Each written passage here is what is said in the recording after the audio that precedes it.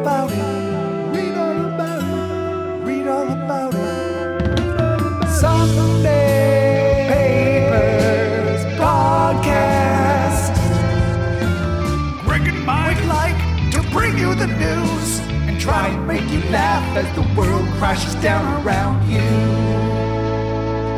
Read all about it. Read all about it. Here we are, bringing you the news. Yes.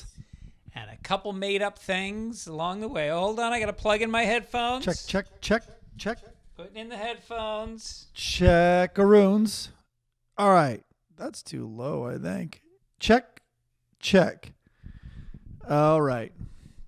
There we have it. All right, we're off. Mike, how are you? You're in Nashville, Kentucky? I am in Nashville, Kentucky. Exactly, Greg. Exactly. What is the difference? Does Kentucky and Tennessee compete on who's, should we say, smarter? Oh, no, I don't know about that. But I do know Tennessee is very envious of Kentucky's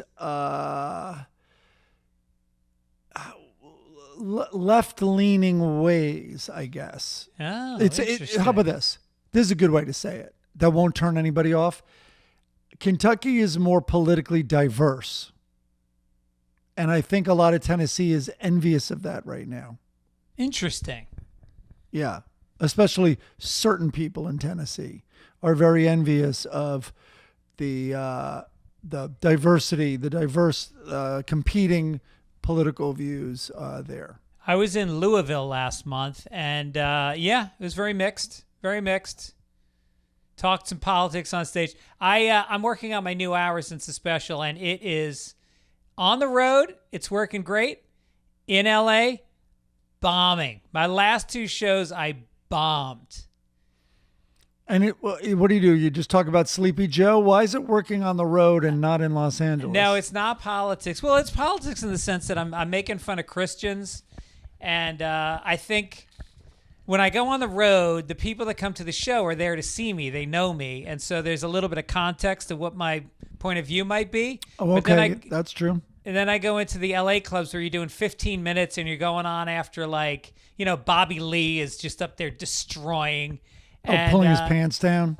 He doesn't do that anymore. I think the sun set on that phase of his career. By the way, no, he almost did. So I took my cousin who was in from England. I did this summer, and I took him, and he knows him from his podcast. So he couldn't believe he was seeing Bobby Lee. And I'm like, he almost always takes his pants off. And my cousin's like, what? And he came so close this time. So he was still entertaining it. And it went down really far. He proved, I think he shaved. And then he also kept grabbing it. Yeah, he pulls down the front of his pants. And he did a very nice thing. He was on his podcast. He was on with, who's the guy with the mullet? Why am I forgetting his name? Theo Von? Yeah, Theo Von. And he said to Theo, who do you think is the nicest guy in the comedy world? And Bobby listed me as number one nicest guy in comedy. Isn't that nice? Yeah. That's yeah. Yeah. So I saw him last night, and I thanked him, and he acted weird. He's like, what did I say? Well, he's got an intimacy thing. Like, I love Bobby, and I want to be closer. I want to be closer to him. But he's like a cat. When you try to grab it, he flees. May I make a suggestion to you? Yeah. Consciously break eye contact a lot more than you do when you're around these people that don't want to be emotionally intimate. Yeah. I know. You have to look down, look away, give them time to look at you without you staring back. It's so funny you're saying that because I had that exact thought last night and I looked away from him a couple times. Really? I realized it's too powerful. It's too much. Too also, much intimacy. his pants were down. Yeah, his pants were down. It is too much. It is too much for them. Yeah. It's a lot. Everybody wants to be close to Bobby Lee because he's just he's so fucking funny and he's so caring. He's a very kind of sensitive guy. Mm-hmm. But yeah, everybody wants to go deeper. It was Owen's birthday yesterday. Oh, nice. He turned, ready for this, 24 years old. Holy shit. That's right. I remember the day he was born, and I always remember his birthday's the 3rd because I think at that time I was insanely into Radiohead, and he was born on a Tuesday. And I know that, I'm assuming it was a Tuesday because that's when that new Radiohead album dropped. I'm going to go find out which one it is now. Obviously, I'm not as big a super OK fan Computer? Anymore. No. OK Computer was in the mid-90s. Yeah, that was earlier. Yeah. Anyway, go ahead.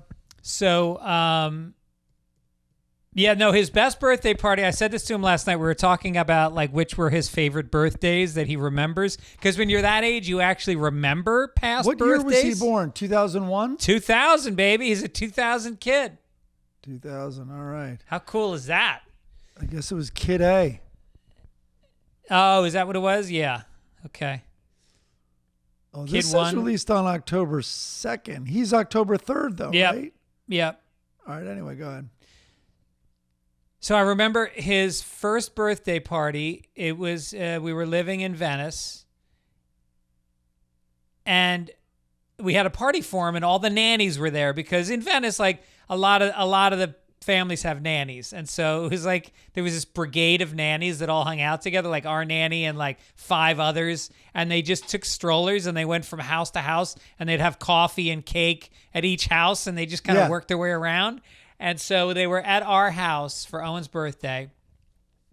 All these Guatemalan, Salvadorian, Mexican women.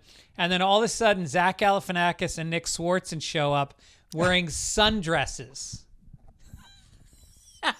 Perfect. Totally stone face, no joke about it. And then they brought him a Hanson T-shirt that they'd gotten on Abbott Kinney. It was one of those rhino ones that cost like $70. Right. And he was one. That's great. Yeah. So we went to this nice new restaurant, Paloma, on Abbott Kinney. And boy, my kids like to order from the right side of the menu at nice restaurants. They like to go in for that cocktail, the leather bound cocktail menu. Oh, sure. Yeah. You're the non-drinker paying for it all. Yeah. Yeah. There was a lot of extra food. Yeah. Okay. Should we get oysters? Well, I don't like them. I don't really like them. Waiter comes over. Yeah, we'll get a dozen oysters. What? Dad, it's for the table. The part of the table that's right in front of me. That table. Yeah. And then here's the thing I love. We get the bill, and it was like $400, okay, before tip. And then the guy goes, we add 5% as for health insurance for the staff. Yeah. And I go, I don't understand. I go, you mean that like that's already been added into the check? And he's like, yeah, but it's optional. You can take it out. And I was like, well, how many people go, no, take it out? First of all, don't start adding expenses. You figure out what your fucking items cost. I mean, if you're like, the pasta's $35 for a fucking plate of pasta. Yeah. And now you want to throw 5% of you pay your staff. How about that? I pay you for the food, and then you figure out your budget and you pay your staff's fucking health insurance. Don't tack it on top. Right. Oh my God, it's so obnoxious. I've seen some places do I forget where. Oh, maybe it's that Japanese roll place on Broadway near 2nd. Anyway, you don't have to do any math. The final bill's the final bill, and I think they added 17% or something like that. For tip? Or 80. Yeah, and I think and I'm sure some places consider this, you could get the data on what the average tip is. And I bet it's way lower than we think. And get the data on what it is and come up with a number that's a little higher than that. So let's say the data came in that it's 16% because you have some people stiffing it. So that's 0. So let's say it was 16%. So you do it a little higher, it's 17. You and I would be thrilled because we tip above that. And then it would bring everybody else up and they have no say in the matter. How about they just price in a salary for their servers? What is this percentage thing? I don't get it, because I never change. Like, everybody gets 20% across the board. I pay 20%. So don't tip 20% on the 5% that's already been added, though. Yeah, I know. Anyway, but look, both my son is a waiter right now, so I can't really complain. So hopefully he'll get health. Maybe he's going to get health coverage out of this. And America has ruined it for the world. Let me turn this light down here. America's ruined it for the world. I mean, all these countries where tipping wasn't a thing, our tourism, now they're expecting tips.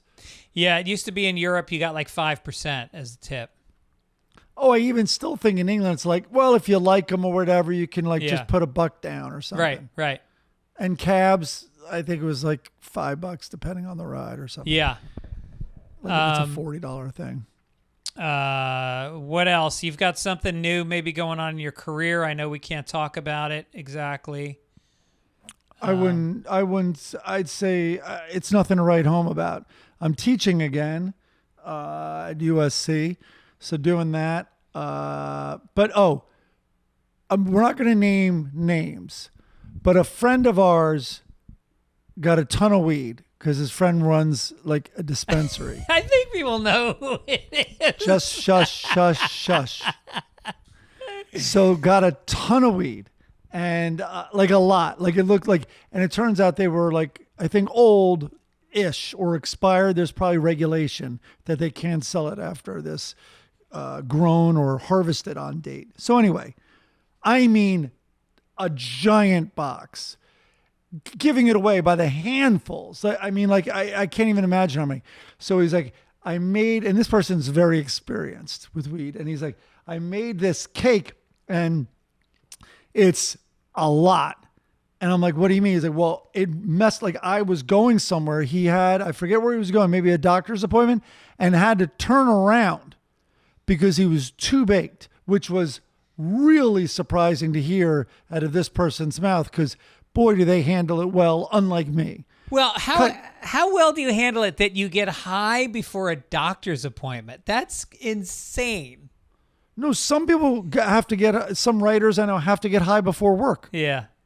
And they act completely responsibly. Right. And anyway, and that's the opposite of me. Like I would be a disaster. So, and speaking of that, so anyway, he tells me all that. I have some. Wait, I had some.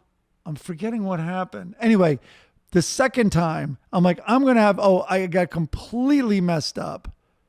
I went home before it really hit, and then I was blotto. The second time, I took a little less. At his house, watching, I forget what game it was, and had some, long story short, and I've massacred this story. I had to sleep there in a place that's very undesirable to sleep. No, oh, yeah. And I was on the couch and I realized I let enough time go by. And I'm like, there's no way this is still getting stronger.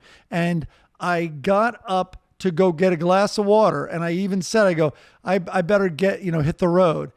And walking was a significant challenge where nothing could be taken for granted. Wow. I had to think about every step and then brace myself. It was so messed up. So I'm like, how did you make this cake? And he goes, he's like, there wasn't like any more loose weed or whatever. So I just unrolled and I put 70 joints in it.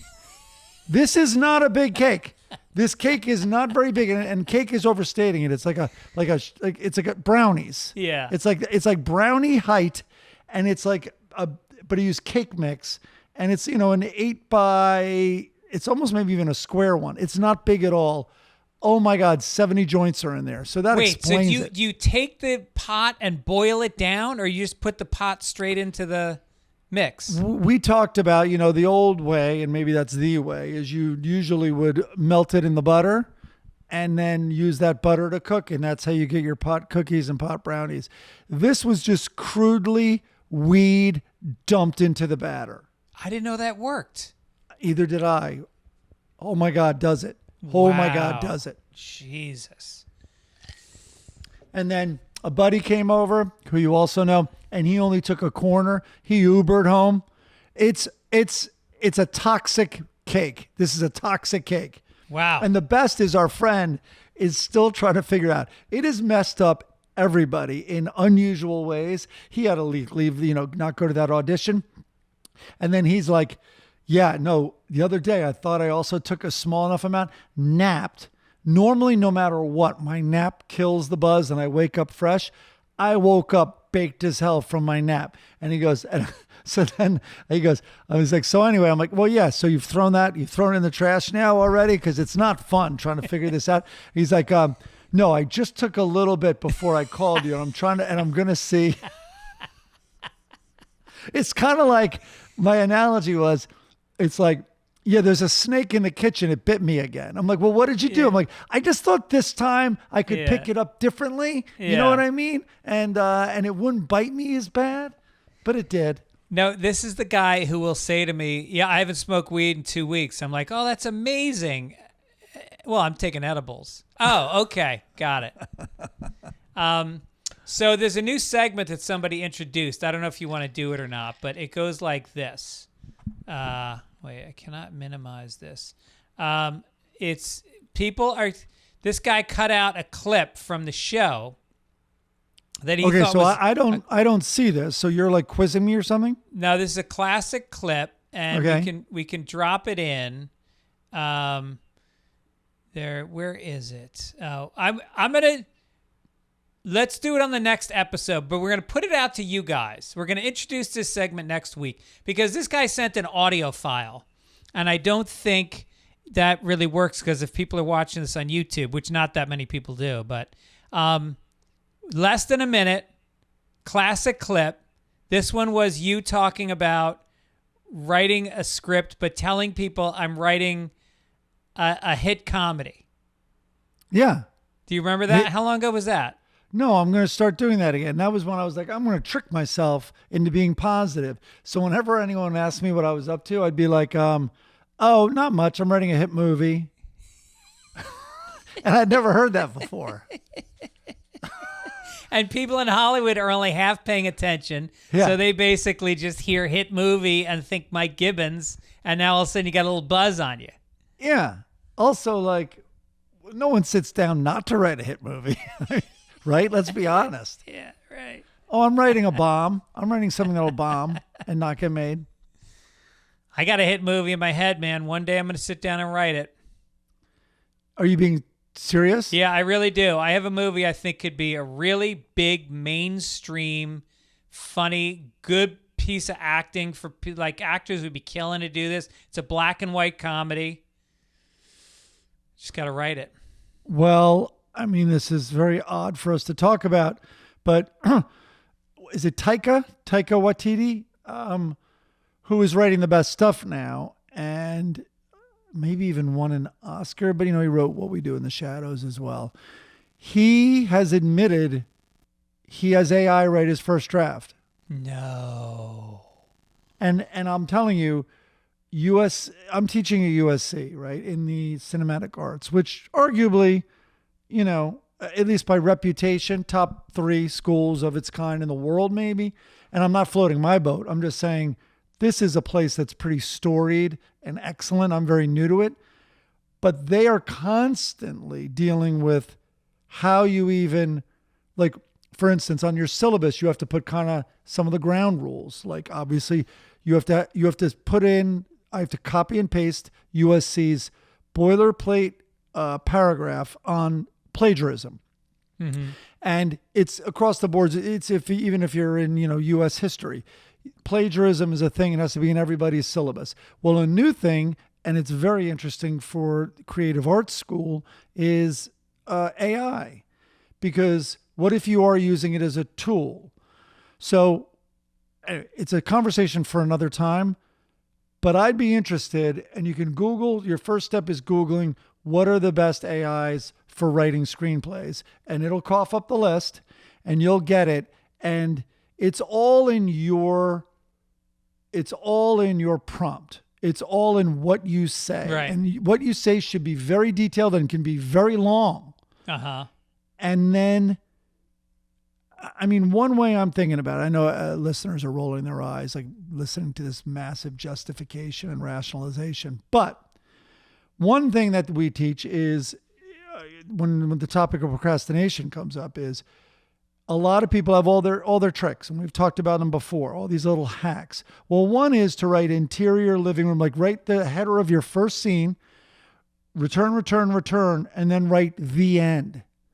And just seeing that the end, did I talk about this last week? Yeah. Right.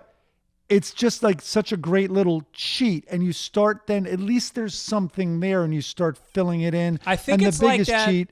I think it's like that when you first get married and you say till death do us part. Go to the cemetery with your wife and just take a look at the headstones. It just lets you know it will end. It will eventually end here. It's a great point. Very solid. How about this? And by the way, I'm sure people have all the advice on it. Why don't you tell AI to write you a movie pitch and you give it as many details as you can. And then you can specifically ask it, come up with a couple of twists and turns in Act 2 or whatever. Yeah, this business is over. Nobody's ever going to get a writing job again. It's just for every 10 jobs, there's going to be one now. Oh, I think you're right. Yeah. But for you to get your idea done, otherwise it never lives anywhere. That's true. I'm the same way. I'm still writing that hit movie. Yeah, I'm still not writing that. Harlan Williams challenged me. I told him I had an idea for a movie, and I gave him the beats. And he goes, in 6 months, I'm going to ask you for that draft. He goes, I want you to give me 120 pages. I don't care how bad it is. And he goes, I'm not going to bother you for it again. I'm just putting that out to you right now. In 6 months, you're going to give that to me. And I might put that in my calendar. When do you think that 6 months is up? This just happened? Next month. No, it Sorry? happened like he challenged me about 5 months ago. Oh. So now I have to use AI. I want to hear about this. Report. How about this? Here's your deadline. Yeah. You have thousands of people listening. Next week, you have to tell me where you're at. Okay. And it should not be the same update as today. I have all week. I have plenty of time. I'm going to sit down. I'm going to get an outline on paper and a pitch. And then maybe can I pitch? I can't pitch it on the show. Somebody will steal it. No, but you can tell us whether you were impressed or really unimpressed with what AI coughed back at you. It's all about rewriting anyway. That's, I think, Taika's. All right, speaking of impressed, very impressed with Jane S., who did the logo for this week, Sunday Paper School for Boys. Very funny. I look a little bit like who in that picture? Ellen? Yes, very much so. And know what's amazing? Is that your face? Your face sold that because that is blonde. That's not blonde hair. Yeah. Emmett Hall did a very cool song. Loved it. Very catchy. I think it could, if we had to come up with our finalists for like what could be a theme song, Emmett Hall consistently gives us jingles that are like perfect theme songs for the show. Totally. Thank you, Emmett. Thank you, Emmett. Some corrections. Jesse from last week said, you said that the hurricane and insurance situation is a warning to flee Florida. Wrong. It's an invitation to those who agree with Florida, the lifestyle, and the politics. If you're a Florida man and haven't made it to Florida, please pack it up and head south ASAP. Leave the rest of the country to us normals. All right, I have a question. This came up today. So I'm down here in Nashville, and this really, really cool cabin went for sale. It's like 45 minutes outside of Nashville. And it just came up in conversation. It was actually Hannah's sister who brought up. So anyway, it's like, all right, and it's on a stream. There's a gazillion rivers here. And it's on a stream. And in the listing on like a Zillow, it gives like warnings. Like, is it a fire area? That type of thing. And then flood, it was extreme. And I don't know if you've seen the news footage of Eastern Tennessee where the I-40 just completely got washed out and disappeared. Yep. And North Carolina is unbelievable. Asheville, yeah. I mean, is the whole country going the way of Florida where insurance companies are like, sorry, we're out. Oh. You're near a river? No, thank you. Well, 60 Minutes did a piece last week on the hurricane that came through, what was it, 2 years ago?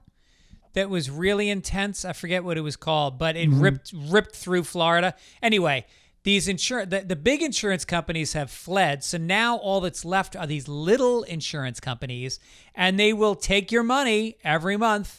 And then when it came time to pay out, they had all these insurance adjusters saying, yeah, I came in and I told the insurance company that the estimate was $250,000. And then cut to the people saying, yeah, they wrote us a check for $12,000. And their basic stance is take us to court. They are underpaying everybody by 90 to 95%. And they're saying take us to court. They're little companies and they'll probably go belly up. So, this hurricane that just hit now, I know for a fact they dropped my mom's insurance. Like half the people in Florida have no insurance anymore. No, my dad dropped his. Yeah. He, that's the thing. Like, why wouldn't you, this business model, why wouldn't you and I go set up an insurance thing with all sort of good intentions? I say sort of because we would take people's money. We're there. We're going to this. When the little things happen, we're there, man. Like, oh, yeah, your washing machine leaked and it ran and flooded downstairs. We're there. Here's your payment. Blah, blah, blah, blah. But when the big one comes through, we very truthfully go bankrupt. And let FEMA take care of it. Well, also, but we'll be tied up in the courts. But you and I collected all that money over the years with all good intentions. But you and I also knew in the back of our head, there's no way that we'll be liquid enough when the big one hits. Well, liquid would be a bad choice of words, but yeah, I would say, yes. I think it's a great idea. I think I'm going to write a script and we're going to start a 2-bit crooked insurance company in Florida. Also, that would be our promo, by the way, is we're going to be the only dry area, not liquid at all, when that flood hits. Yeah. Also, a lot of people pointed out the YouTube went up last week, and they put up the wrong episode on YouTube. What? They put up the week before his episode, and then I think I let them know, and then they corrected it. That's why I haven't commented on everybody's comments on YouTube yet. Yeah. Yeah, Mike's a little behind. Mike's a little behind on the YouTube comments. Don't worry, he's coming. I'm going to last week, and I'm going to this week right now. Kyle from Arkansas said the song lyric is "You look wonderful tonight," not "I look wonderful tonight." That would be very narcissistic. Did I say that? I look wonderful tonight? I don't know. I think I confused it. It's supposed to be "I feel wonderful tonight."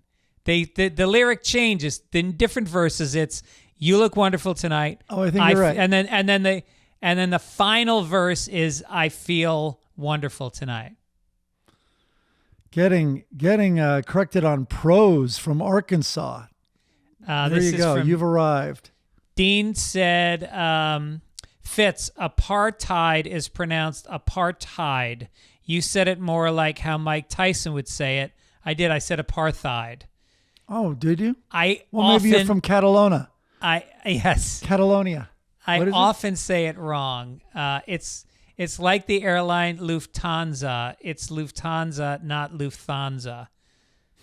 Say hello to Gibbons for me. Oh, look Keep at up that. the Hey, good Dean. work, boys. All right. If you want to come out and see live stand-up comedy at its best, I will be in Tulsa, Oklahoma at Bricktown this weekend, October 10th to the 12th. Kansas City at Funny Bone on October 18th through 19th. Then I'm coming to Philly, Tacoma, Tempe, Arizona, San Francisco, Cleveland, Janesville, Wisconsin, Nyack, New York, Raleigh, Milwaukee, Vegas, Atlanta, Pittsburgh. Go to fitzdog.com. Get some tickets. The Fresh Hour is killing on the road. Some of it's having a hard time in LA. LA is a little squeamish. I think people get, some of this stuff is super edgy, and I think people are getting scared. I got a great Pittsburgh hat, by the way. Oh, yeah? Of course, from a thrift store where I buy most of my things. That St. Matthew's one on Main Street, which comes from a church in Pacific Palisades. This is how you have to approach these shops. Yeah. You got to go to the rich ones. Yep. That's where I got these. I told you about I got that new Peter Millar. It's like a $120 golf shirt. They ripped me off, man. All golf shirts are $5 there. 15 for that one because the labels were still on it. Yes. Scandalous. But I got my Pittsburgh hat. But what problem is, it's like when I wear the Michigan hat that I bought to support my daughter, I forget I'm wearing it. And then people start conversations with me and I have no idea what the fuck they're talking about. Like, oh no, I remember I did a college at Ohio State and they gave me a sweatshirt.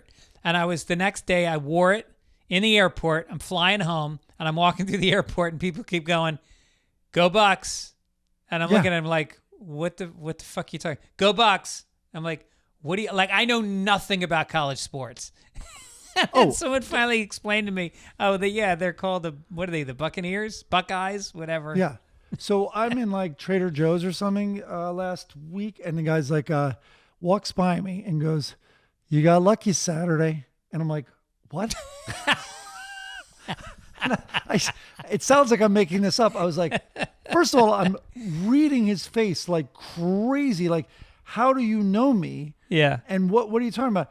And I'm like, he saw how confused I was. And then he knew and he like pointed up and I forgot I had the Michigan hat on. So I got lucky Saturday.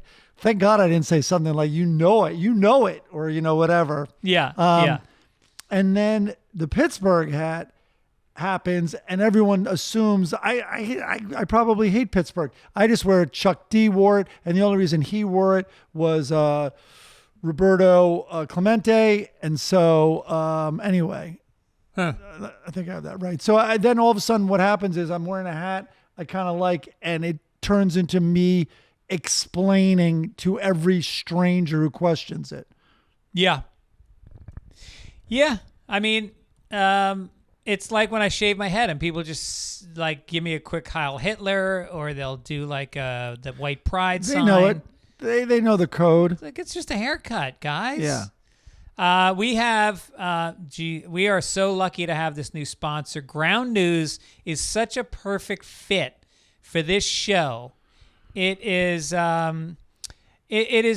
support for Sunday Papers comes from Ground News, and they are, it lets you interact with the media in a way that you're getting both sides of the story, and you're getting a sense of where on the political spectrum different outlets are. And so you can weigh the story. You got to know where it's coming from. What is fact anymore?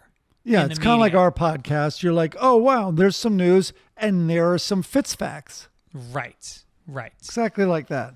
So it's a tool, and they have a thing called split headlines. So like if you go to a certain news story, like what were we talking about before? No, there's gray ones. Like, for instance, I went on this week. Oh, let me call it up.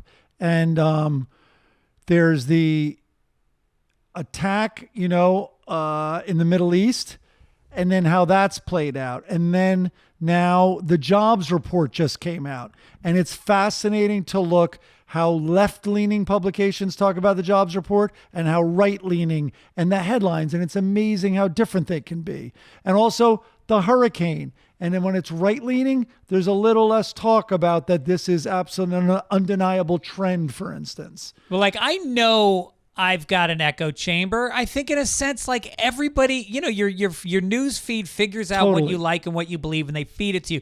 And this gives you a chance to like kind of trust in the media more because it's being called out for where it's coming from. Basically, they'll tell you if a news organization is owned by a large, like a corporate entity versus independently funded news. Yeah, so here's a good one. This was today's, right? So Biden did not renew the parolees this immigration issue where they're not extending parole for more than 100,000 Venezuelan migrants who came to the U.S. So the headline on the left leaning, and it tells you there's a private equity firm, Chatham Asset Management, that I guess owns maybe the newspaper. Oh, the Miami Herald.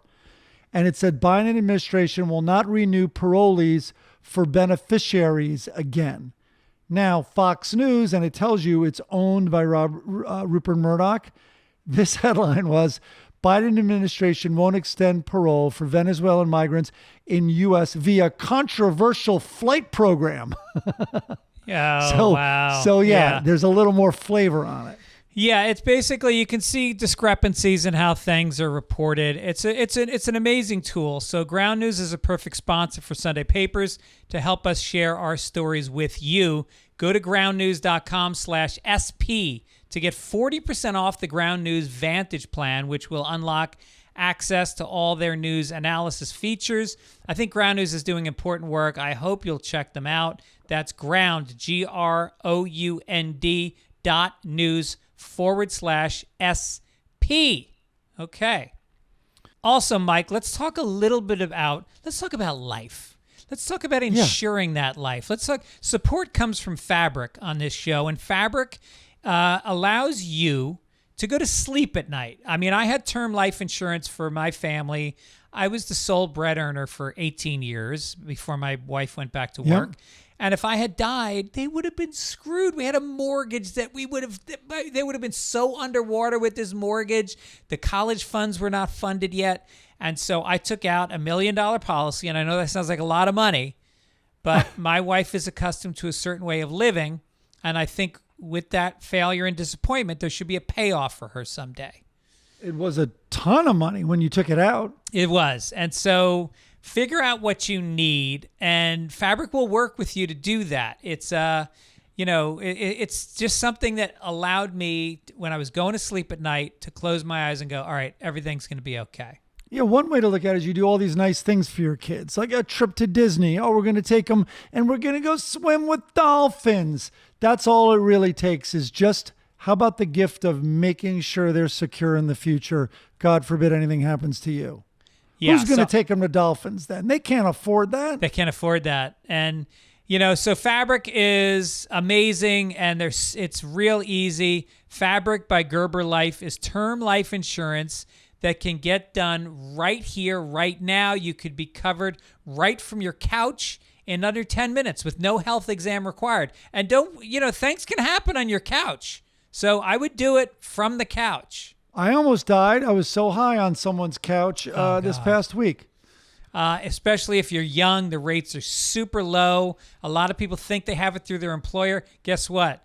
It's pennies. You're not going to get much. Fabric has flexible, high-quality policies that fit your family and your budget. $1 million in coverage for less than $1 a day? What? That's what it says. That's what it says. There's absolutely no risk. There's a 30-day money-back guarantee. You can cancel at any time. Designed by parents, for parents. And now they partner with Gerber Life, trusted by millions of families like yours for over 50 years. 5-star ratings on Trustpilot. They also have more than life insurance, free digital wills, investment accounts to invest in your kids' future, and more. And you can manage it all right from your phone. Join the thousands of parents who trust Fabric to help protect their family. Apply today in just minutes and meet fabric.com/papers. That's meetfabric.com/papers. MEET fabric with a C at the end .com/papers. Policies issued by Western Southern Life Assurance Company. Not available in certain states. Prices subject to underwriting and health questions. There we go. Perfecto. Let's get to, at 40 minutes in, let's get to story number 1. Here we go. Front page. Extra! Extra! Read all about it! Extra! Oh, that's good paper. That's good paper right there. You found this story, and I got to say, I love it. The last lesbian bar in Denver, Colorado, it sounds like a Scorsese movie, is closing down. The Blush and Blue will have its final day on October 5th. The owner says the world has shifted, and so have we. The remaining lesbian venue in Denver will be open for the last time. The woman announced on Instagram that it's closing, didn't say why. That's what I don't get about the story. They never really tell you why. She said when she moved to Denver in 96, there were over 200 lesbian bars across the country, each a beacon of refuge and flannel. Though not always safe, she wrote on the social media platform. Many of us entered through the side door, our hearts guarded and steps careful. Now, 28 years later, only 20 remain. The world has shifted, and so have we. What? Yeah. I thought like every woman under the age of 25 was now a lesbian. I know. Well, they're too exhausted from moving in with each other right away. Yes, it's exhausting. What do you expect them to go out? Right. You can't. You end up. It ends up 4 a.m. before you're done. Getting that U-Haul emptied. U-Haul kept my deposit. And I missed happy hour. How am I supposed to go to your bar? It's just amazing that Denver, of all places, which is literally the world headquarters for the Subaru Outback, and they can't keep a lesbian bar open? You'd think there'd be more lesbian bars because all of them are drowning their sorrows because lesbian divorce is the highest divorce rate of all divorces. Is that right? Oh, yeah. Lesbians are getting divorced. Yeah. It's 2 women. I mean, the jokes write themselves and everyone's already done them. But I'm just telling you, it's 2 women. Can you imagine the degree of dissatisfaction in the house? Yeah. And unhappiness. I am guessing that, every bar in America has had a comedy night once a week. And I think that the lesbian comedy night might have been what put most of these places out of business. Also, are they being a little stubborn that they're like, there's only now 20 down from 200 lesbian bars. It's a sad thing. We're on the brink. We got to bring lesbian bars back. It's like, there are tons of gay bars. No, that's not us. Yeah. It has to be a lesbian bar. So, no, it's got to be. This is a lesbian bar. This is a bi bar. This is a trans bar. This is a queer bar. There's a lot of letters to cover. That's splitting your bar dollar pretty thin. I think in those places like in New Orleans or wherever, where basically it's a bar mall. Tampa has that little area too. Yeah, I forget the name of it. Ybor. Yeah, Ybor yeah. City. Ybor City you should have it literally in a row, and maybe it's the same owner, but it's L G. G is the next bar. B is a bar. T. Yeah. Q is a bar. I want to go in the A bar. They added A, which is the asexual bar. That's where I'd head. Did they add A? They didn't add A. Yeah. I'm going to turn a few A's. That's my goal. Oh, flipping A. What are you doing tonight, man? I'm going to go flip some A's. Fucking A. All right. So I looked up lesbian bar names because in some of the articles I read about it when I looked up this story, there'd be funny ones, but I had already I'm 3 articles down the road. I'm like, oh, I should have started a list. So then I went on Reddit, and of course, so here were some: Les Drink, Sapphic Sips, The Slippery Nipple, Pert and Perky. Okay, The Y. I like The Y. Let me find some more here. Okay, here's some. U-Haul. That's amazing. Pink Taco, Gold Star, Scissors. I like Scissors. Pink LBD. Taco, I've seen that, yeah. All right, let me think of some. Let's see here. All right, these are dirty ones. We're not going to read all of those. Bean Flicker. The Bean Flicker. No, really? Yes. Strictly Chickly. Finger Licking Good.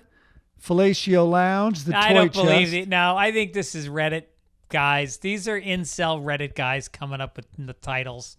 No, I think you might be right, but I wonder if there was a real one called the Bean Flicker. I know there was a Pink Taco. I've seen those. Well, Pink Taco, I don't think was a lesbian bar, though, was it? Maybe. Let's see, the Rainbow Room, the Clutch, Steers and Queers, Beers. Should have had another N in there. Steers and Queers and Beers. Well, there was in Venice, there was the gay bar. It's so amazing. West side of L.A., there was one gay bar. And then all the hipsters wanted to hang out at the gay bar. And so the gays stopped going. And now there's this the crosswalk in front of the bar is a rainbow. And there's no gay guy. Our friend used to go there every fucking night. He would always tell us, come on, we're going to Roosterfish tonight. It's straight night. And we'd go and it would be all guys. Totally. So now there's no gay bars on the West Side. How is that possible? we're probably unaware of. Also, everyone likes going to gay bars now. Yeah. Our friend was ahead of his time. Anyway, there's no really funny ones. I'm looking through them right now. No more funny ones. All right, no, let's nothing's get going to to beat this the bean dog. flicker. Let's get to this dog thing. Oh my God. The headline made for me. Jumped off the page for me. LAPD defends unleashing robot dog on city. It promises that Spot will never be weaponized. All I can tell you is yes, please. Turn this policy around and get the dogs out there. The four-legged machine named Spot was designed by Boston Dynamics. You might know Boston Dynamics. Yes, of course. For the terrifying videos with crazy advances on robotics. It's akin to a golden retriever in size and agility and weighs about 70 pounds. Spot can open doors, pick up objects, drag items weighing up to 50 pounds, and can easily traverse difficult terrain, like running right up your ass. Earlier this year, Spot was deployed to an incident of an armed man barricaded in an LA Metro bus. Spot was able to get onto the bus, identify the weapon, and take it away from the suspect so that police were able to detain him without further risk. The armed man now has no arms and is missing a leg as well. They were very clean cuts, though, and then it bandaged him. However, others fear that the robot dog could be seen as a symbol of militarization to minority and low-income communities. No, you think so? Meanwhile, Boston Dynamics prohibits facial recognition and that the LAPD does not plan to arm Spot. I say, please put facial recognition on. The New York Police Department also previously had a robot dog, DigiDog. However, it was removed from service after a large public backlash when it was deployed into public housing. Listen, this is my dream. Every 4-block area, there's a robot dog on parole. Also, the robot dog has a drone on its back. How about that? And you can program it. Unlike the dogs that were used in the civil rights here, and also especially back in the 1800s in slavery, they will not be trained to be racist dogs. No. This dog, you can limit the scope of what it does. And it doesn't see color. This dog won't see color, although we know it does. And then catalytic converters. You could just have a dog on catalytic converter patrol. Yep. They see a guy underneath the Prius. They just go right for the cock, pull him right out. Well, that's my whole point is it could just come right up to him, and then you could have a dispatcher from the police station be like, if you don't move, like if you don't try to leave, nothing will happen. Police are on the way. I really have to underscore, do not try to walk away or run away, because then a lot will happen. You are exactly what is wrong with America today. Like in the book 1984, George Orwell described how the government was going to come into our homes and have cameras watching us and getting our data, and that you couldn't walk down the street without cameras. Well, he was wrong. The government didn't have to do anything. We invited it in. We loaded it onto our computers. We put apps on our phone that watch us, that share our information. And now you want to put the electronic dogs that will be watching us and policing us all over the streets. Ray Bradbury's The Mechanical Hound. Have your little community vote for it. Yeah. What you wouldn't want one on your block?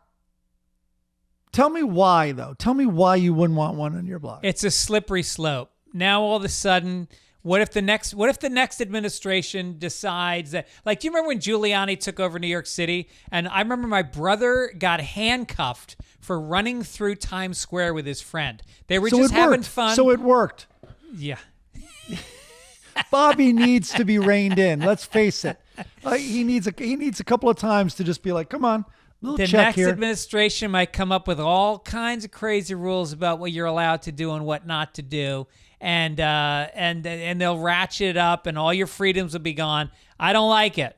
Well, after November, I might be whistling a different tune, but my whole view up till now has been the government. I mean, maybe in the 50s they really had their shit together, like the FBI and CIA, but it's like I don't think they have their shit together enough to be policing our every move. Like that Orwellian existence, that government was on top of it. The top minds in the world worked for them to control the masses. Well, you know, I just China, don't see that. China is doing a lot of this shit already in terms of surveillance on the street, and you have like a rating that the government gives you that allows you to borrow money or not based on your civil behavior. It's fucking crazy. I don't know. I think you could plan it well. Like, in other words, where it's, listen, this dog is just going to stop thefts. How about that? Yeah, that's where it starts. Where does it stop? By the way, it's already out there. If you don't think there's going to be a camera on every corner reading and identifying every face on the street, that's going to happen. Yeah. Why not put it in a nice, warm, friendly body of a fake dog? What's amazing to me is I was driving the other day on a toll road, you know, when you drive down to San Diego, and there's no toll. There's not even a fucking sign that says go to this website and put in your license plate so you can pay your toll. You're somehow supposed to magically know that there's a website to go to plug in. No, I know. It's horrible. Otherwise, I've gotten a ticket. Yeah, they send you a ticket, later. and you didn't even know you were on a toll road. It's right. insane. So why is it that we are not getting speeding tickets from these cameras when we're driving down the highway, and how long until that happens? I just bought a Mustang. Oh, get this. So I parked my motorcycle and this one's a motorcycle, not a scooter, in the Nashville airport. I walked around, typical me move, and I scouted the whole place because I wrote a guy, which I've talked about on the podcast before, and he writes for the local paper. And he was a proponent because a lot of airports, it's free parking for motorcycles because we do not take up a goddamn car spot. So anyway, I then drove like I do at LAX, which is legal and encouraged at LAX. I drove around the parking arm after having parked there for a week at $30 a day or something like that. And I'm wondering, as I sit here, that happened yesterday, if I'm going to get a ticket in the mail, like would they have read my license plate? Interesting. Yeah. So you leave a motorcycle at the Nashville airport while you're in LA, and then when you fly back in, you pick it up again? Yeah. And you do the same thing in LA. You're leaving a scooter at the LA airport. My scooter's sitting at LAX right now. I parked that one there, but that one's totally legal. The one here is totally illegal. I also thought when I leave, I just put a little duct tape over the license plate, get out, stop as soon as I can before I get in traffic, take the duct tape off. Tell you, then a fucking electric dog is going to pull you right off the scooter one of these days. And I should be caught. And I would welcome, I'd be like, you're right, dog. I'd pet it. I'd be like, you know what? You're right. You're on the right side of things. I should be reined in like your brother, Bobby.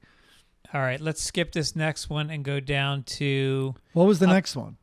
This My Pillow one. Oh, yeah.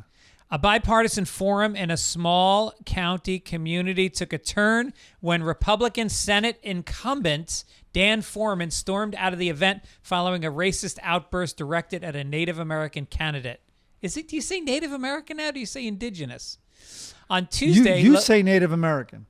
On Tuesday, local Democrat and Republican representatives organized a Meet Your Candidates forum in the northern Idaho town of Kendrick. When asked if discrimination existed in Idaho, conservative Senator Dan Foreman said no. Democratic candidate for House Seat A and member of the Nez Perce tribe, Trish Carter Goodhart, said she pushed back on that idea when it was her turn to speak, pointing out her own experience and the history of white supremacy groups in northern Idaho.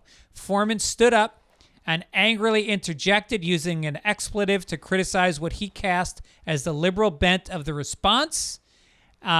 He then told her she should go back to where she came from and stormed off. You go back to where you came from. Get out of Cayuga County, get on the Arapahoe Drive, and get out of my home. I want you to cut straight through the sacred burial ground that's now a Home Depot and go back to where you came from. Then he turned to the African-American candidate and asked why his people thought it was a good idea to come to this country and take our jobs, and maybe it's high time you get back to wherever it is you came from. I don't know how Yeah. you got here. I don't know how you but got You here. got it done. You got it done somehow. So Yep. just get on home. I don't know who paid for your freight to get over here, but Yeah. all right. And then let's get to some entertainment. Here's a heavy story. Yes, I like heavy stories. Here we like the mechanical hound.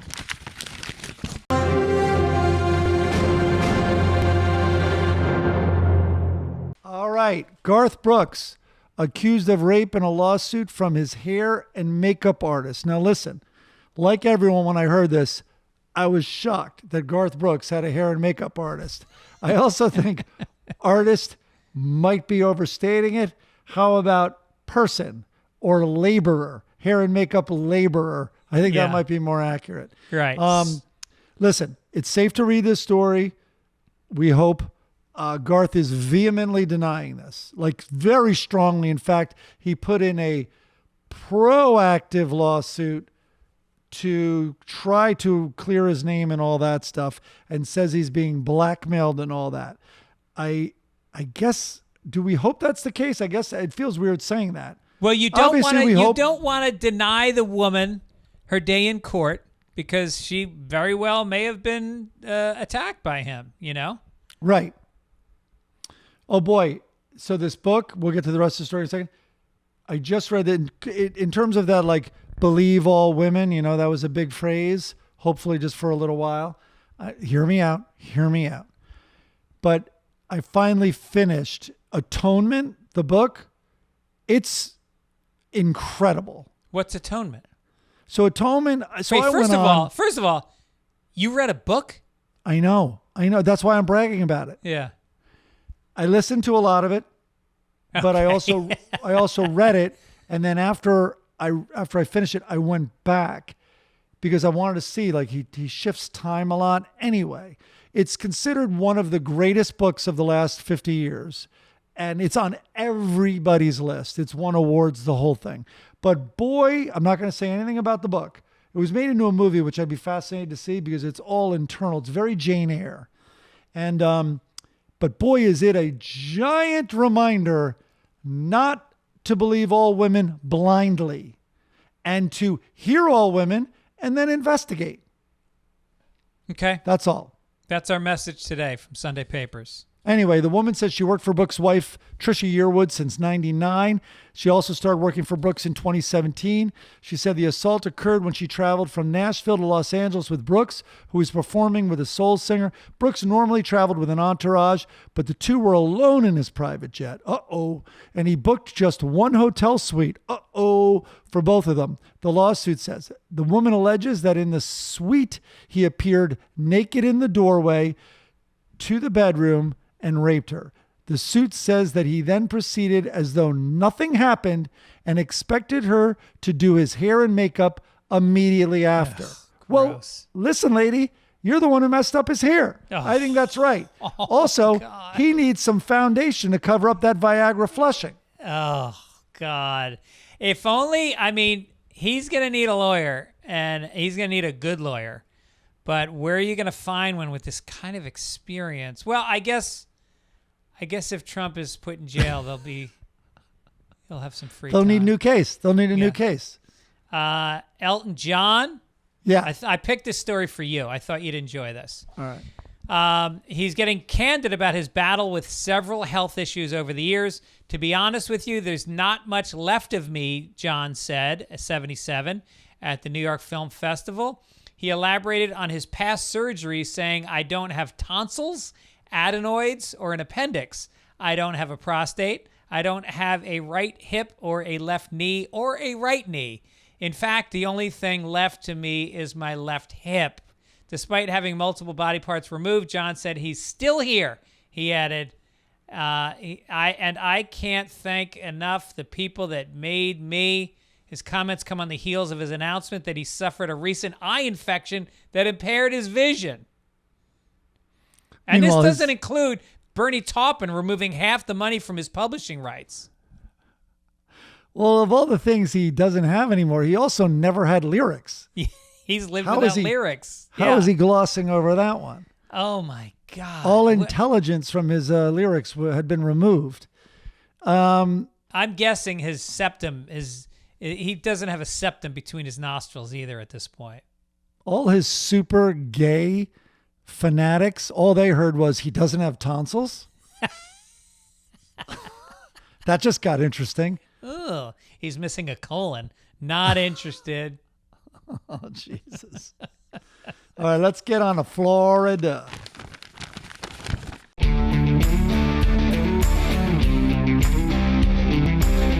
All right, I love this. It's just very Florida. Florida man arrested for sleeping on Walmart roof with a gun in hand.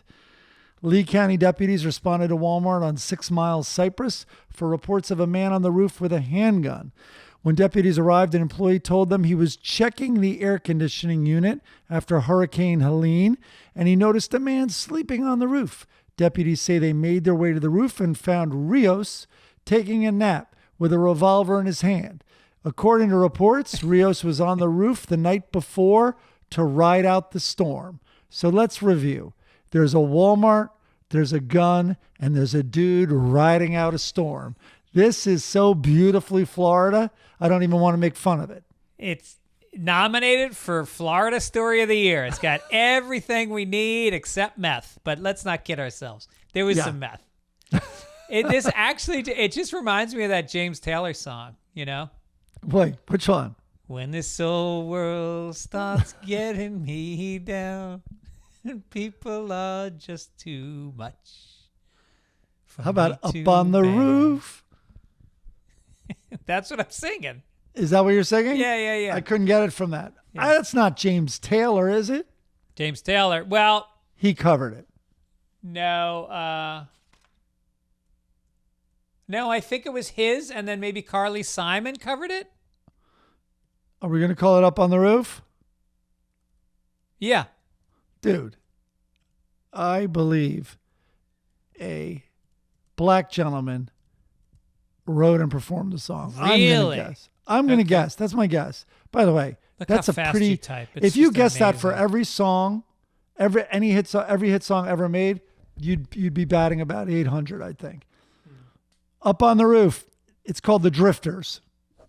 Get out of here. Really? Come on, man. This is too easy. Oh, but hold on. Written by a white guy and Carole King. Oh, there we go. But recorded and made famous by the Drifters in 1962. Yeah, people don't realize people do realize Carole King started out as a songwriter, and she was in that famous building.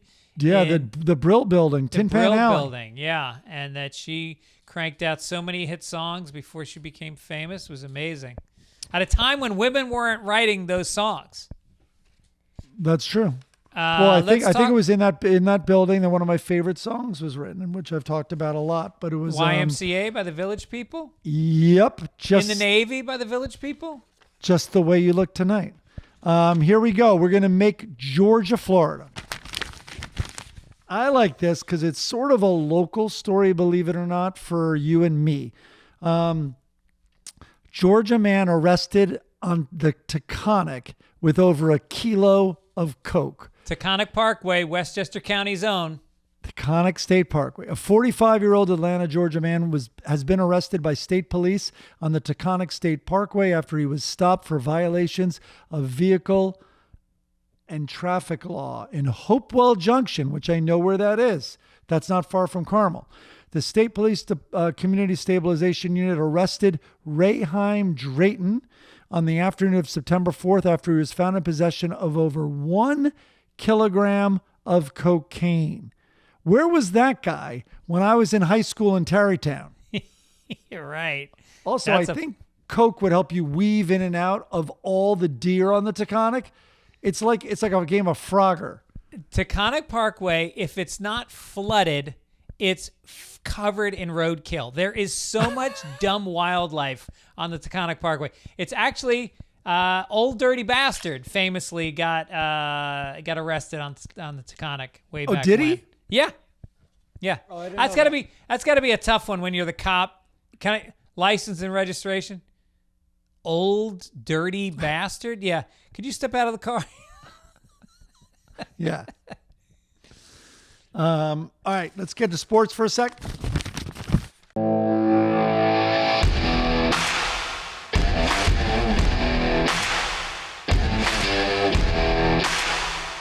Did you see the Mets game? I've heard about it. I heard they just keep. It's not just this game. They keep coming back from multiple games. Well, by all accounts, I guess they should have won the second game and swept them. And every wild card playoff was a sweep except the Mets, which went to a final and deciding game 3.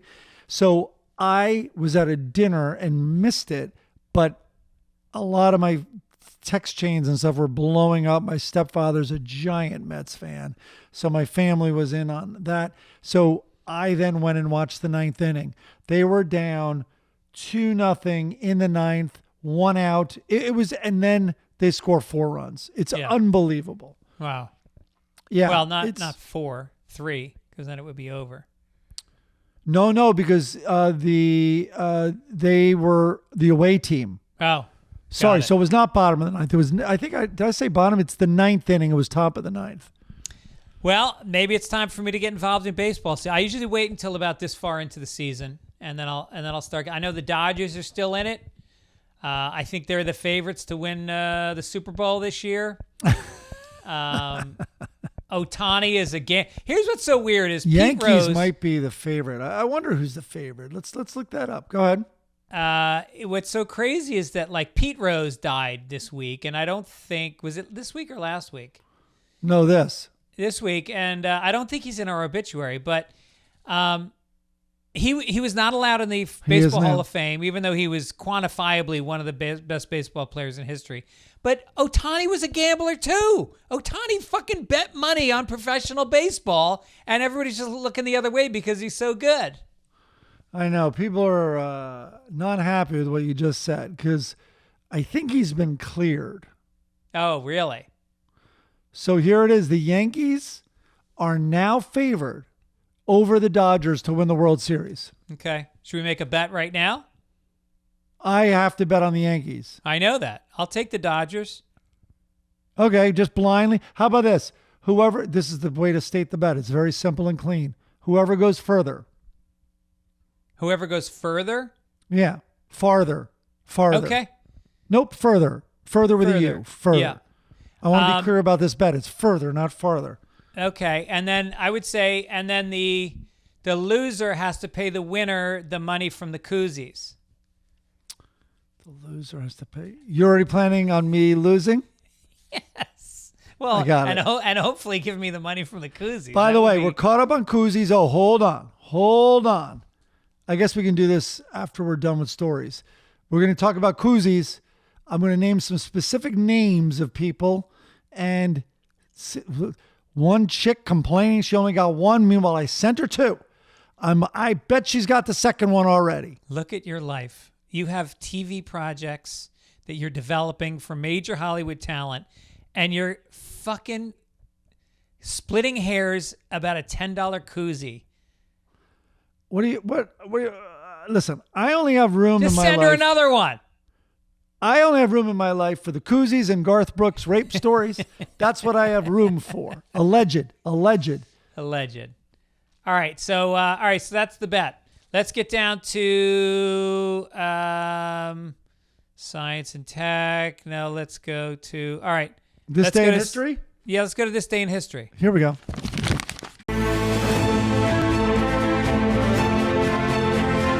This one looked like it had some good stories. As you know, I like to keep it fresh for me too. Yeah. So it's exciting. So I don't really read all of it. But I will say the American adventure film Spartacus, directed by Stanley Kubrick and starring Kirk Douglas, had its world premiere and won several Academy Awards, including Best Supporting Actor for Peter Ustinov. What year did Spartacus premiere? Give or take 3 years. Oh, that's pretty tight. I mean, 5, I believe 4 years. It was in color. All right, give or take 4 years. That's a 9-year window. I'm going to say it was in color. It was probably the early... I'm going to say 55 just to split the 50s. I love it. 4 year, give or take, 1960. Oh, I love damn it. you, Peter Ustinov. All right, I'm going to give you another. Damn you, apes. I'm going to give you another film. The Jazz Singer, starring Al Jolson, premiered in New York City and it introduced the sound era to motion pictures. Give or take 10 years. What year did the first talkie, as they say, premiere in a theater? 1932. Damn you. 1927. Nice. All right, let's find another one here.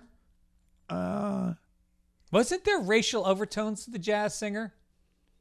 Like it's not something people would watch today? I don't know. I'd watch it. Okay. Oh, here's another one. Let's do another film one. The American crime thriller The French Connection, directed by William Friedkin and starring Gene Hackman, had its world premiere in New York and Los Angeles. It won the Oscar for Best Picture. Give or take 4 years again. What year did The French Connection premiere? 1972. Whoa. 1971. Oof. Nice. All right, there's a lot of By the way, I movies. tried to watch that. It's tough to watch. It is fucking slow. Oh, really? Yeah, I tried to rewatch. Oh, you know what movie I showed? It was Owen's birthday last night, so we went to dinner and then we came home and watched a movie. And I said, you guys have not seen enough Woody Allen. So I wanted an early one. And so I put on Bananas, and they fucking loved it. Really? Yeah. You always talk about the Marx Brothers. Yeah, we watch a lot of Marx Brothers. But there's a lot of Marx Brothers influence with Woody Allen in the early movies. Oh, no, he worshipped Groucho. Yeah, yeah. He even quotes him in Annie Hall. Hold on, I'm looking something up about the Great Chicago Fire. I thought there was some sayings that came from it. Anyway, the Great Chicago Fire, Greg. Where am I? On this day, it began in the barn of Patrick and Catherine O'Leary, and by the time the blaze died out 2 days later, a large swath of the city had been devastated. Jeez. And some 300 people killed. I remember it jumped the lake or the river at one. I guess it was the river leading into the lake. I should know more about it. Regardless, give or take 20 years. What year was the Great Chicago Fire? 1890. Oh, 1871. You did it. Very cool. Let me find one more interesting one. It is funny how many of these happen in the late 1800s. Like I think her cow started it, by the way. Yeah. Bessie's cow? I don't know. Or no, Mrs. Somebody's cow? What was it?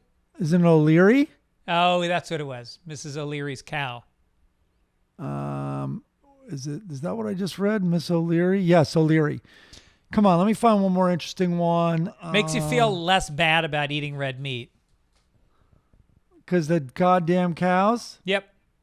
They cook themselves if you give them a chance. That's right. All right. Anna Freud died. I think maybe we did enough. Unless you want to do, I don't even know. Yom Kippur War, no. Michael Jordan retired from basketball, but I don't know which retirement. Oh, that's true. I'd say he it doesn't even say here. 96. Desmond Tutu was born. You're not interested in that. Desmond Tutu was born in 1924. You think so? Yeah. You were close. I probably would have given you a 5-year window and you would have lost 1931. We're going to end on that. All right, let's get to some letters from the editor. This is from Eric in Duluth, Minnesota, who's a friend of the show. My guess is that someone brought this up already, but in the olden days, the vice president used to be the guy who lost the election. So if this trend had continued, we'd have Biden as the president and Trump as VP. I would kind of love to see that. If one murders the other, is it still a crime? I don't know about that last part. Eric, but yeah, that would be interesting. Wouldn't that force the parties to have to come together more if that's the way they still did it? That is interesting. Well, boy, it would get interesting in the tie-breaking vote in the Senate. we would have, the country would have seen different outcomes from a lot of these bills that were passed. Yeah. All right, let's get to it. Obituary. And that's all, folks. Well, it was a big week for obituaries. We had Charlie Rose, and then even bigger and closer to our hearts, and especially mine, I think Chris Christopherson passed. Yeah. And, we're a little late to it. It happened, I think, the day we recorded our podcast last week. I think so. So it was over a week ago. And I'm sure you've seen, he really was like kind of a Renaissance man. Like wherever he was, I think he gave it his all, but like played college football, played college rugby, became a captain in the army. He was a Rhodes Scholar. He went to Oxford. The one thing I passed on my girls is I go, like, take a look at this. He rejected a post and a job teaching English as a professor at West Point to become a janitor in Johnny Cash's building because he had identified that was the area where he wanted to be in work life and in the work world. And it wasn't just like a gimmick. He was a janitor for a year and a half. But didn't I hear a story that like he flew a chopper onto Johnny Cash's lawn to give him some music, to sell him music? He was in Tennessee, and I forget what base, and then because he was flying the helicopter, landed it on his lawn and brought him the tapes of Help Me Make It, Sunday Morning Coming Down. Wow. Now, I haven't seen it in a while, but a friend of mine, Eric, who's hysterical, and you'll recognize him from a lot of movies, he did a drunk history because he's also obsessed with Chris Christopherson. So look up that drunk history about Christopherson because it's very funny. And he and I ran into each other the last time Christopherson played in Los Angeles. We were both at the concert. Oh, wow. No shit. Yeah, he had just kind of, there was dementia and it wasn't good. And then he had a little bit of a comeback from that because, and I don't know how much of this is true, but like everything you read is it was a misdiagnosis and he had Lyme disease. Oh, that's right. That's right. And he was on all these medications for Alzheimer's and it was the wrong thing. Yeah. But my mom was I'd say it was her favorite person in the world. And so it's very interesting the same year to lose both of them. And my mom's last birthday, I got her this very cool picture by a famous photographer of Christopherson. Oh, wow. Yeah, Huh. so we have that. But I grew up, I mean, I think that's what led me to Dylan was, and Christopherson would say the same thing. It's like, I just grew up with these incredibly interesting lyrics playing because she constantly played Christopherson. And so I think that led me in a way to Dylan. And I love Christopherson too. Was he considered outlaw country? He was, but he was also so someone here I know in Nashville who's famous in his own right in country music. It was very interesting the way he phrased it once. He was like, I got here from Texas. I will spare you his accent. I got here from Texas in whatever year, I think it was like 72 maybe or whatever. He's like, and it was Chris's town. And that's what you're reading in all these obituaries is right.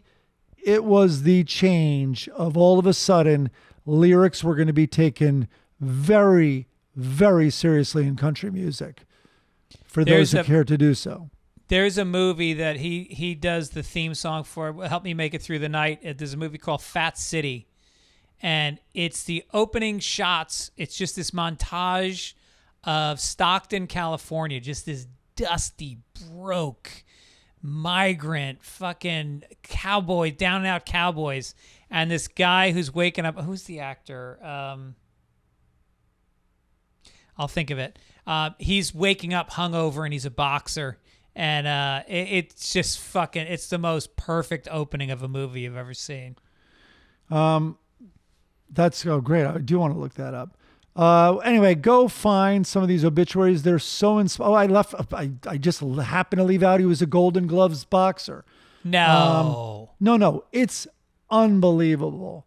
And then there's a great viral video that I've talked about before, I think, where he and Toby Keith, it was some big benefit. Maybe it was like Johnny Cash's birthday, or maybe one of Willie's barbecues on July 5th. It was some big thing where the backstage had to be the most fascinating thing ever. And Christopherson was about to go out, and Toby Keith goes to him, all right, Chris, just don't get talking about any of that lefty stuff. And he just turned and dressed down Toby Keith, and it is unbelievable. Wow. Have you ever worn this country's uniform, son? And like, have you ever taken the life of another soldier and cashed the check? Have you ever done this? He's like, then you should shut the fuck up. It was unbelievable. Is it on tape? Yeah, no, this guy recounts it. Oh. And then it's, I guess, in some book. Wow. And it was the witnesses still talk about it who were backstage. Wow, that's awesome. Yeah, it's great. Stacy Keach was the guy in Fat City, and Jeff Bridges. Stacy Keach was great. One of the best. Yeah. And it was one of Jeff Bridges' first movies. It was great. Jeez, what movie is this? Fat City. Huh. Yeah. That's a sit at home. That's a like, I've got the night free. What? I don't have any plans. I can do whatever I want. Pop Fat City on your TV. That's what I did 2 weeks ago. I told you when Weinstein was over. I did The Thing. Oh yeah. Which is the biggest ripoff ever of Alien. And then we did Blood Simple, which was so good to revisit that. Yeah, I just watched that for the first time last year. It's kind of like reading. I'm a reader now. That's what I'm going to do. I'm going to read. I'm going to be disciplined. I'm going to read. I'm going to shut the laptop. I'm going to read. I'm going to catch up on classic movies. Let's cheer up. Funnies. Here we go.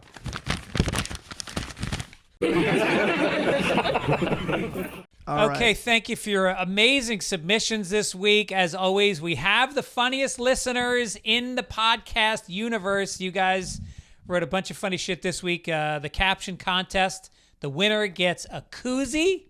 And all you got to do is go to fitzdogradio@gmail.com and send us in your caption. Oh, yeah. Or your joke for the caption. Last week's caption was a king sitting on his throne, and he is talking to his, what do we call him? His hand? Yeah, his hand. At the hand of the king. The hand of the king, his assistant. That's what we're going to go with. And there is a court jester who's juggling with a silly hat in front of them. And Jeff Langa's joke is he's opening for Joan of Arc at the stake next tomorrow. Okay? We're easing our way in. Wait, I was looking up the woman, by the way, with the koozies. So Elizabeth from Oregon is complaining that she only got one. Elizabeth, have you received the second koozie? Because I just caught up again like yesterday, which is Thursday. And give them time. They take a little time, especially the way I package them. And let me know if they get there. What a life. Peter Q said, you think his prop act is derivative? Wait till you see his crowd work.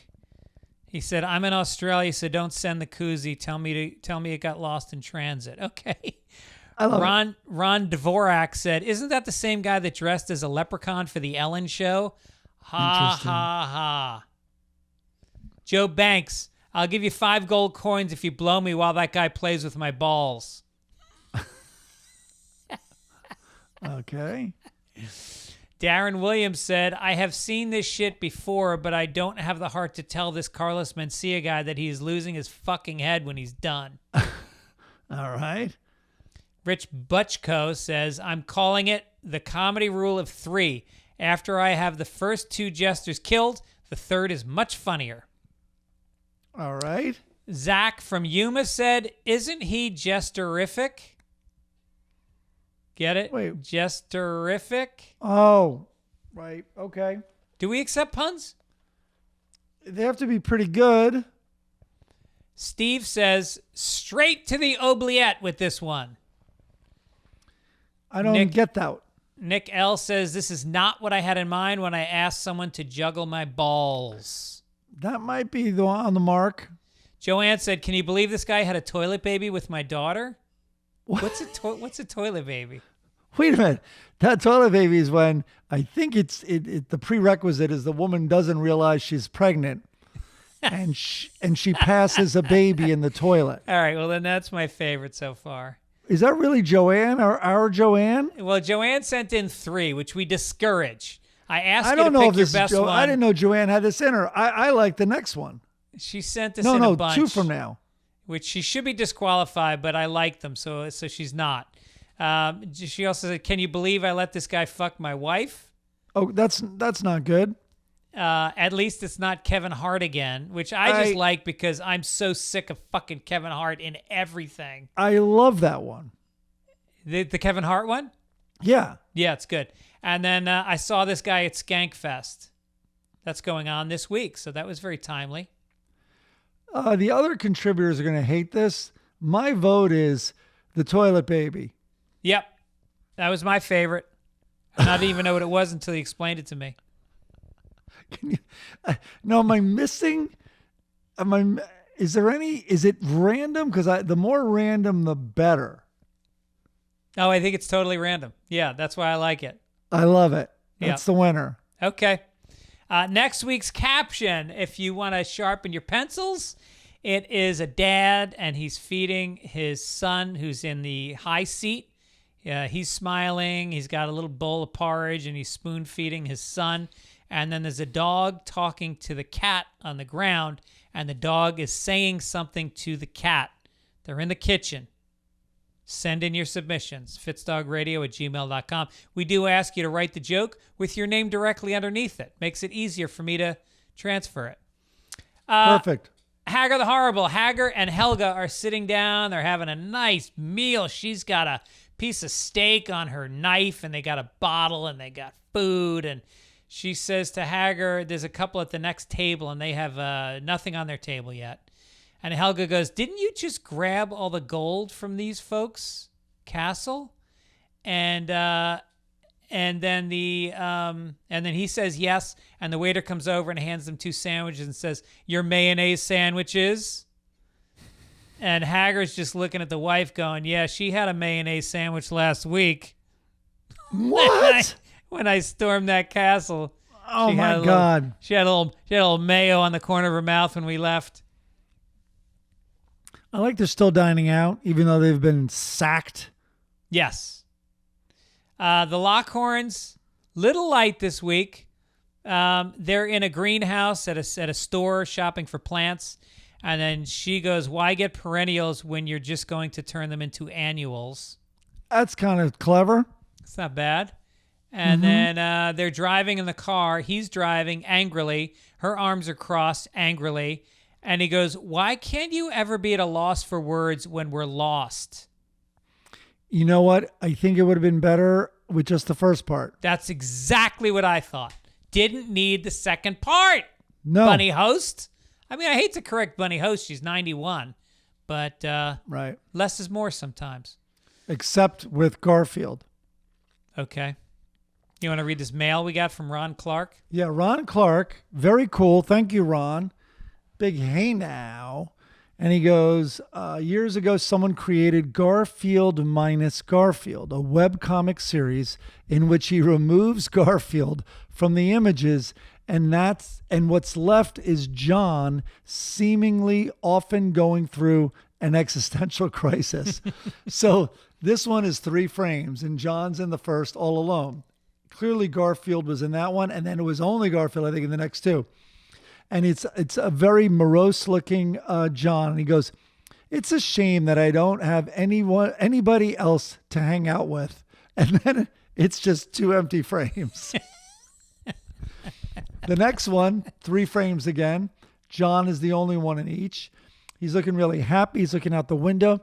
It's a beautiful day, isn't it? The next one, he's looking down. Clearly Garfield was there and is probably saying something. And then he looks really sad. In the 3rd frame, he's still in the window, and he's like, "I'm pathetic." These are like borderline suicidal. Yeah, that one's a great one because I think that we go through that a lot. It's like you go to the window, you're like, this It's a great day. It's a great day to be alive. You give it a little more thought. You're like, I ran out of steam. That was everything I had. Yeah. Here's one where he's on a cliff and he goes, check out the view. And he's pointing clearly for Garfield and he's ecstatic and happy. And then he looks and he's concerned and then he's not there. And the cliff is just there. He jumped. He jumped. All right, here we are. Oh boy, I didn't put what number this is. This might be the 4th best of all time. I'll clear that up next week when you hear. But here's one of the best Garfields of all time. And this is with Garfield in it. Garfield, John is running by and picks up Garfield and the thing says nab. I have not read this, so this is fresh for me too.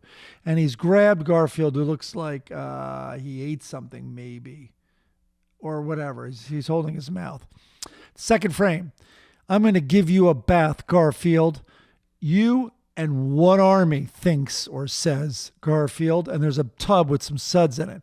So he jams Garfield. He's trying to jam him, but Garfield has all 4 paws on the rim of the tub, and he's trying to jam him in there. Now he's on top of him in the next frame, kind of like stomping him down to try to get him in there. It's violent. Yeah, very violent. Okay, I give up. You can go. And he lets go, and Garfield hops out of the suds. And then there's a big sploosh sign.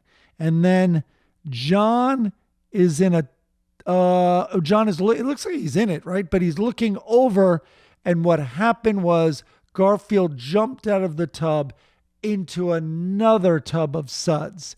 And John looks pleased. The old second tub of suds trick. He got him. This is what I'll say. John is the only one who's pleased at the end of the strip. No one who read it is pleased. No one knows what they just read, why. More importantly, why they just read it. How flatlined are people's lives who are enjoying Garfield comics? How does this trigger amusement? Like it's almost like you could get a lie detector, one of those things that's studying your rhythms. I would probably go off the charts, but with fury. But like enjoyment, people are literally, they would show enjoyment. There'd be marks. The thing would the little gauge would be bouncing. Yeah. Because they're experiencing some they were moved, so there's going to be movement. The only thing I can think of is that, all right, it's the Sunday paper. You wake up, it's Sunday morning, you're hungover, you put on your bathrobe, you walk to your front porch, you get your paper, you sit down with a cup of coffee. You just don't want to be challenged. You just want your eyes to move across some colorful panels, and at the end of it to just, not even smile, but just to almost tense your mouth in the beginnings of a smile, and then that's it. That's all you're looking for. Maybe. Or the New York Times readers maybe read into it and they're like, no, wouldn't it be nice if Israel could just give a nice bath to Hamas like this? Try to trick them, try to force them, but then Hamas jumps in it on their own. Yep. And then Israel has a smug little content smile in the last frame. But wouldn't the U.S. government be helping John stuff Garfield into the tub? We bought both tubs. Got it. Yeah. Finally, we got Blondie and Dagwood. Now, he's sitting in his lounge chair, which is white this week for some reason. They just that's weird. Changed fucking colors. And he's sitting there in a lame outfit, and he goes, "Did you have a good day today, honey?" And she walks in with the black velvet skirt, a white top. The cuffs are black velvet. Now she's accenting very nicely. She'll say, "I'll say absolutely everybody is buzzing about Maya, our new pastry chef." And then there's a little kiss, and he goes, "Everybody?" And there's a nice little look from her. Like, she looks vulnerable. She looks like she wants to get fucked. And now they're looking at the news, and the newscaster says, "Breaking, Blondie's new pastry chef sets the town's taste buds aglow." And she goes, "Everybody." Now, not funny. Don't even get it. Here's why I put this one in. Why? It's the 1940s or 50s. Why the fuck, if you are the provider If it's today, yeah, your wife should have a little catering company on the side. If Blondie in 1954 is going off and she's got a keychain and she's opening up a storefront and hiring people, she should be home baking. What kind of a fucking loser are you? Well, might this strip have been funnier if it was breaking news? Blondie's new pastry chef sets the town's bakery on fire. And she's like, everybody's talking about her. Yeah. Because she looks like she committed a crime by the newscast. They have her picture over the shoulder. Yeah, it's look at her breasts sticking out of the corner of the chair. Do you see that? The breasts are in every frame, no matter what angle she's at. Yep. Some of them are challenging. Yeah, like that one. Listen, we want to tell you guys, if you want to be challenged, Ground News is the website and app that helps you make sense of the news by gathering related articles from around the world in one place so you can compare coverage. If you want to check it out, go to ground.news/SP. Also, Fabric. So just insure your life. Don't be crazy. Fabric by Gerber Life is term insurance you can get done right now. Go to fabric.com/papers. I'm sorry, meetfabric.com/papers and check it out. Okay. Mike, anything you want to promote? Yeah, man. Go listen to Chris Christopherson. You won't be disappointed. And it's not only the lyrics, amazing melodies. And then you could watch Pat Garrett and Billy the Kid if you want. Bob Dylan's in it with him. Sam Peckinpah. That's a good one. That's a good one when you're on the couch alone, like that setting you described. Yeah. All right. And go Dyers.